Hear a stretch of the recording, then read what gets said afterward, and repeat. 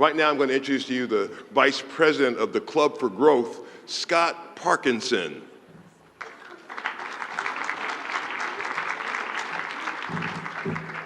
Good morning, everyone. I believe in America. 50 years ago, in 1972, the Godfather movie was released. The first 4 words of this iconic film are, "I believe in America." And they begin to tell the story of a man's gratefulness to be American. Of course, the scene is also about Amerigo Bonacera asking the Godfather on the Don Corleone's own daughter's wedding to help get revenge for 2 boys badly beating Bonacera's daughter. Bonacera knows that his good fortune and prosperity is tied to America. But whether he would get revenge was not tied to the criminal justice system, but it was tied to the Don Corleone, the Godfather, doing it for him. Well, I promise you, this is not a speech about defunding the police. I'm Scott Parkinson. I'm the Vice President of Government Affairs at the Club for Growth, based out of Washington, D.C. And although I live in Arlington, Virginia, my ties to the Commonwealth of Pennsylvania are strong. My wife and her family are from Pennsylvania, and in fact, my wife is from the rival school of everyone's favorite Pennsylvanian, Lowman Henry. And I was married in a small town called Wilmerding, Pennsylvania. This is just one of my favorite places in the world, and I'm honored to speak with you today. I'd also especially like to thank Lowman Henry for including me in the Pennsylvania Leadership Conference program. Thank you. Every week I join Lowman on his radio show to give the Washington update. And typically, that update includes what the House, Senate, and White House are up to, as well as announcement about candidates the Club for Growth PAC has recently endorsed. But today, Lowman told me I could talk about anything that I wanted. Was that a mistake? As Americans, we know that we are blessed to live in a free society that gives liberty, opportunity, and freedom. Well, my belief in America is strong, but the reality is that America and everything we love about it is threatened by the radical progressive left. And since before the Godfather trilogy was even an idea, radical liberals were scheming to destroy the American dream of self-sufficiency and human flourishing, replaced with government dependency, socialism, and cultural Marxism. But for 2 generations, liberals were largely defeated. Of course, over the past 25 months, the COVID-19 pandemic has badly damaged the health of the U.S. economy. In 2020, employment in the U.S. declined by nearly 10 million jobs, the largest decline in only 1 year in the history of our country. But I believe government overreaction and government obstruction exacerbated the economic calamity that we all faced. Generally speaking, when government gets involved, they get in the way. Of course, it was Friday the 13th of all days, March 13th, 2020, when the COVID-19 emergency declaration was announced. Congress panicked into spending trillions of your hard-earned dollars in the subsequent months and trillions more under Democrat unified government over the past year. In just 14 short months, the Biden administration has taken us from energy independence to an energy crisis. We're currently experiencing a 40-year high in inflation at 7.9%. And in total, in only 24 months, Washington, D.C. pumped $7 trillion of new spending on top of what government was already spending in the name of the COVID emergency. Republicans in Congress have recently tried to end the COVID emergency declaration, but of course the Democrats have blocked them. They just never allow a crisis to go to waste when it comes to advancing their big government agenda.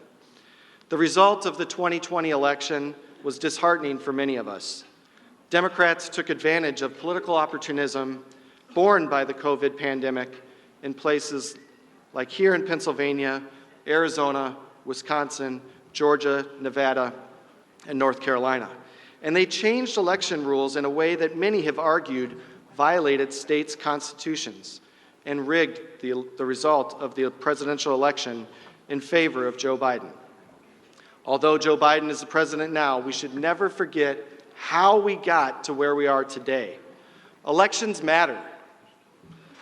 And as the 2022 midterm election approaches in just 7 months, and Pennsylvanians like you head to the ballot box for the primaries on May 17th, you're being inundated with TV and radio ads, direct mail and digital, door knockers from campaigns and candidates for governor, Senate, House, and local political office are banging on your doors to just get 30 seconds of your time. But please, don't get discouraged by all this political activity. Don't get fatigued. Here's why. One of the recent endorsements that the Club for Growth PAC made was for a guy named Scott Baugh in Southern California. You might kind of laugh, why would the Club for Growth get involved in a race in Southern California? Well, redistricting's given us an opportunity to flip that seat. Since reapportionment, California lost 1 district. But as I was researching his Democratic opponent, Katie Porter, I was stunned to learn she had over $16 million cash on hand. Democrats have built an army of campaign contributors through Act Blue, and Republicans are slowly catching up with the Win Red platform. But it just isn't enough. Act Blue is a learned behavior for Democrat activists to juice up their vulnerable candidates with millions of dollars in low-dollar contributions. I do want to say it's such an honor to be speaking with some of the more politically active conservative Republicans in Pennsylvania, including those that are watching today. As I look throughout the room, I know that the men and women here are likely going to determine whether or not Republicans win back the Senate majority by keeping Pat Toomey's seat red through all your hard work and activism. So I thank you in advance for how hard I know you're going to be working on that. But when you return home this weekend, I want you to think about the political activity of your neighbor, your family, your friends, and your colleagues at work. Many Americans are just way too busy with their jobs, family, sports, or other responsibilities to pay attention to the day-to-day developments that are my job's focus in Washington. But we have to match the left's intensity in activism. And by playing by the rules that they've established, we have to win this political battle if we ever want to save the greatest country in the history of mankind. I've worked in the Washington swamp for nearly 17 years, 3 United States senators, and I was also a senior staffer in the House of Representatives. But even after all those ups and downs in the past 17 years, I still believe in America, and I believe that each of you will help win those most important races that are coming up in Pennsylvania that are going to help tip the balance of power in Washington and save our great country. I have 4 children, 3 daughters, Nadeline, Paislyn, and Raylan, and I have 1 newborn son named Prescott. Thankfully, they're all a long way from getting married. I won't even allow the oldest one to get a cell phone. But like the Don Corleone and Bonacera, today I'm asking each of you to do a service for me. But I promise you it won't involve any physical violence. I want you to rededicate yourself to the mission of saving America through money, volunteering, and even running for political office at all levels. We have to save America for the next generation. We need our children to believe in America the same way that we did when we were young. It means fighting to take back our schools, defending the family unit, fighting back against cultural Marxism and collectivism, and defending individual liberty. Being proud of American exceptionalism and never apologizing for what the greatest generation achieved. We cannot waste that legacy. During the past 3 years at the Club for Growth PAC, I've interviewed over 500 candidates for the House, Senate, and governor's races throughout the country. And last year, I started asking candidates to tell me, what are the protected rights in the First Amendment? I'll give you a few seconds to think about that. So nearly all the candidates know that the First Amendment is about free speech. But so far, only 12 candidates out of over 225 this year have aced that question by knowing all the protected rights. The First Amendment says Congress shall make no law respecting an establishment of religion or prohibiting the free exercise thereof, or abridging the freedom of speech or of the press, or the right of the people peaceably to assemble. and to petition government for a redress of grievances. The First Amendment is one of the most important things that we together must stand up for and defend. In Washington, the American people can't even peaceably assemble after the events on January 6th. And during COVID, government closed our churches. If I want to take a bullhorn to the Capitol Plaza to express my love for my wife or my appetite for a Philly cheesesteak with whiz, or my opposition to the omnibus appropriations bill that was 2,741 pages long, they'll probably throw me in handcuffs.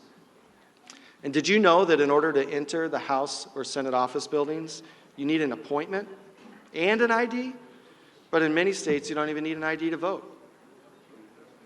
So Americans cannot currently petition government in person for a redress of grievances. This is a direct assault on the First Amendment by Joe Biden and Democrats in power in Washington. We can do better. And on day one of a new Republican majority, Republican leadership must fully restore the First Amendment. We must have a free and open government.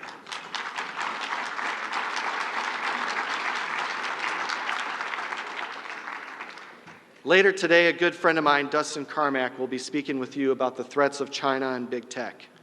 Dustin was Ron DeSantis' longtime chief of staff in Congress. And in 2018, when I served as chief of staff to DeSantis, it was among the most exciting experiences I've ever had in politics, helping him narrowly get elected governor of Florida. A lot of people ask me what he's like and whether I've got any fun stories to share. Well, Dustin's stories are a lot better than mine. But one of my favorite stories to tell about DeSantis is the day of a rally in Tampa on July 31st, 2018. We had a couple hours to kill, and Mrs. DeSantis and he decided that they wanted to get some food prior to the evening's big rally with President Trump at the Florida State Fairgrounds in Tampa. So where did they want to get food? The Council Oak Steaks and Seafood Restaurant? No. The Hard Rock Cafe? Nope. Popeyes? Five Guys? Or Heyman's Caribbean Cafe? No, no, no. They wanted to eat at a Wawa. Now, I know that Wawa is totally outnumbered by Sheetz in Pennsylvania.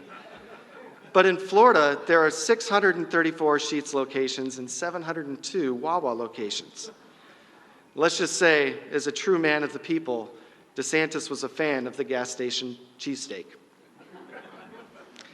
Politics is an interesting profession.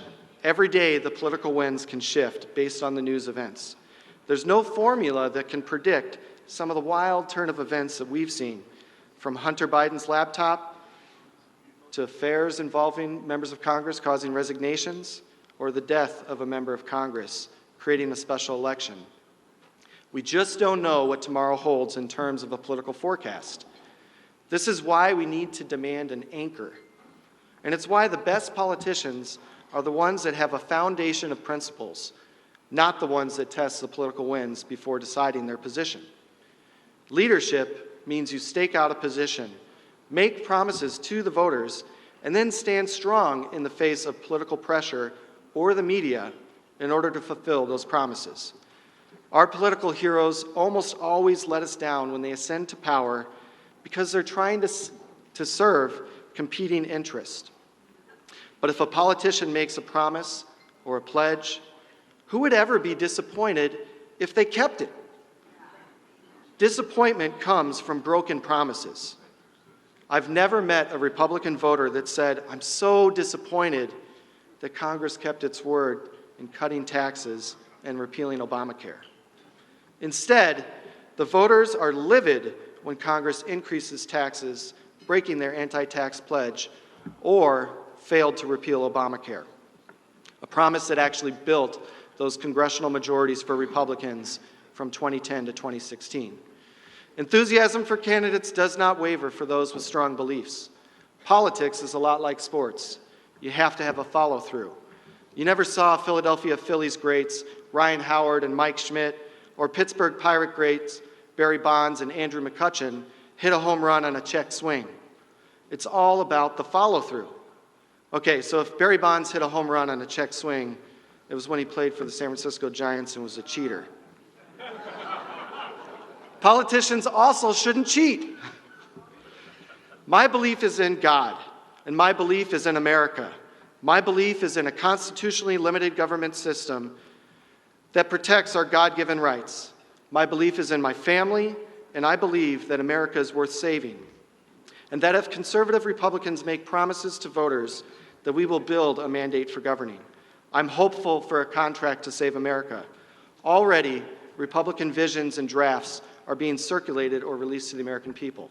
I saw my good friend Dr. Paul Teller here earlier today. He and Mike Pence released their plan earlier this week.